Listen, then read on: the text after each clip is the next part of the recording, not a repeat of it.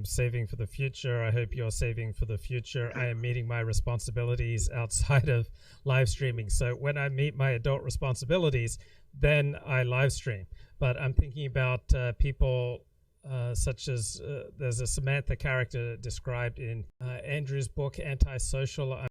She's a leader in Identity Europa, and so she gets Eli Mosley moves in with her, and he's more intent on being a thought leader than holding a job.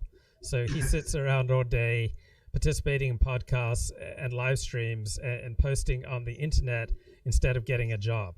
So obviously that is dysfunctional. Now, you meet your responsibilities, you pay your bills, you work a job, then go live stream. Those live streams are going to have a completely different quality than those people who are on disability, who decide that they don't need to get a job, those people who are checked out from live. So on the one hand, a live stream can be an addition to a life well lived.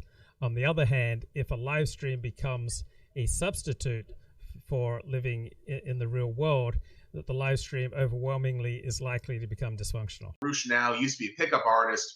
Now he's the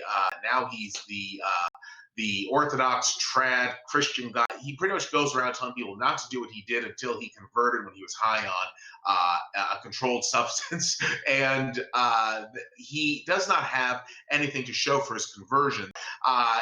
Roosh essentially has been doing this Orthodox Christian trad thing for about over a year now. And he doesn't have kids or a wife or anything like that. And typically it is very easy for the trad religious guy, if he wants to find a wife. You know, she's probably not going to be a Revlon model, but they are out there. And but he brought it up that Roosh is still without, the wife and kid, despite the whole Orthodox religious motif. And I think Roosh believes in this thing to one extent or another. I'm not inside his mind, but he did start this when he was high on a controlled substance, and that's definitely not a great way to make a life-altering decision, which he says his decision to accept Jesus the Savior. You see this with people who go from one radical extreme to another, and alcoholics call it doing a geographic. So instead of dealing with the deep-seated issues that cause you to drink to excess, so because you're fundamentally ill at ease with yourself, with other people, and with the universe, so instead you move, you shift, you convert to a new religion, or you move to the other side of the country, or you do anything but address the inner issues. So making a radical change from pickup artist to a born-again religious Christian can be just the equivalent of doing a geographic, or it can be reflective or lead to deep inner works. Much of the time it's simply a delusion.